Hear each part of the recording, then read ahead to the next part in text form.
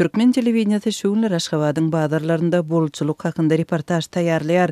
Munyň bilen bir wagtda täze ýyl bayramçylygynyň öňü ýeratynda satuwda öňküsünden has köp azyk önümleriniň peýda bolandygyny habarçylarymyz belleýärler. Düýün teke bazarynda tas tutuş günläp bolçuluk hakynda reportaj taýýarladylar diýip Azatlyň Aşgabatdaky habarçysy 23 dekabrda habar berdi. Onuň sözlerine görä yerli medianyň aktivligi Türkmenistanyň prezidentiniň täze ýylyň öňü ýeratynda azyk üçinçiligini gowlandyrmak hakynda beren görkezmesi bilen bagly. Habarçylarymyzyň sözlerine görä soňky günlerde azyk önümleriniň satuwdaky bolçulugyny bazarlardan daşary ýöreýtileşdirilen bayramçylyk tekçelerinde hem görmek mümkin.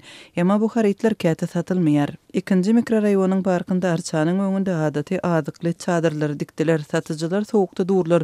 Emma olar bolçuluk illüziýasyny döretmek üçin 1 ýanwara çenli haritlaryny satyp bilmeýärler diýip habarçymyz 23 dekabrda Aşgabatdan habar berdi. Munyň bilen bir wagtda habarçylarymyzyň sözlerine görä bazarlarda azyk önümleriniň görnüşleri we muktary hem dogrudan hem öňküsünden köpelipdir. Ilkinji nowbatda da bu miweleri degişli. Dogrudan hem miwe köp ematöwdegerler olary ziýana galyp satmaly bolýarlar. Meselem ortaça ananasyň bahasy 15 manat, öňül has gymmatdy. Häzir towuk 13 manatdan bir wada bir näçesini alyp bolýar. Öňküsi ýaly bir-birden däl. Tovugyň butlary hem bar. Başga şäherlerden gelenler tovugy, towuk buduny we miweleri satyn alyp gidýärler. Sebäbi olaryň ýaşaýan ýerlerinde has gymmat. Bellemeli ýeri bananlar öňki hiç wagt 6 manatdan we şeýle uly mukdarda satylmandy. Mandarinler, apelsinler 6 manatdan, naryň bahasy 7 manat. Öň olaryň narhy 2-3 ýetse ýokarydy diýip habarçymyz aýtdy. Dekabrın başyndan beri gyt haride öwrilen ýumurtka hem şu gün paýtagtyň bazarlarynda has ýeterli bolupdyr. Biz täze ýyl tagamlary üçin ýumurtkany arkaýyn satyn aldyk. Bazarda sowudyjysy bar bolan her bir söwdegäriň ýumurtka zapasy bar. Hem hususiýetçilerden hem de döwlet öndürüjilerden. Bahasy bazaryňky 45 manatdan 30 sanysyna diýip Azatlyň Aşgabatly söhbetdeşi 24 dekabrda gurrun berdi. Azatlyň habarçylary Aşgabatda gymmat baha daşary ýurt alkogol önümleriniň bolçulugynyň hem emele gelenligini aýdýarlar.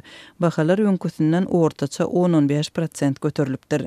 Şol wagtda da habarçylarymyzyň bellemegine görä azyň möçberiniň öňküsünden has köpelmegine we görkezilen bahalaryň aşakladylmagyna garamazdan olaryň hile we narhy köplenç torag döredýär. Teke bazarda bir näçe gün bäri 2,5 manatdan maýda kartoşka satyldy. Töwerek daşynda bolsa polisiýa we howpsuzlyk işgärleri aýlandy. Emma söwdegärleriň özleri alyjylara kartoşkany almazlygy maslahat berip onuň erbetligi bilen düşündirdiler. Eti 18 manatdan satýarlar, emma bu ýazatan süňkü we gyrkyndylar. Gowy eti 30-40 manatdan satýarlar, emma satyjylar bu narhy agdamazlygy soraýarlar.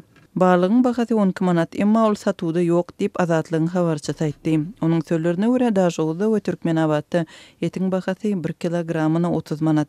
Türkmenistanyň bazarlarynda ençemel bäri goşa bahalar saklanýar, ýagny azyk önümleri häkimetleriň kesitlen bahasyndan gymmat satylýar.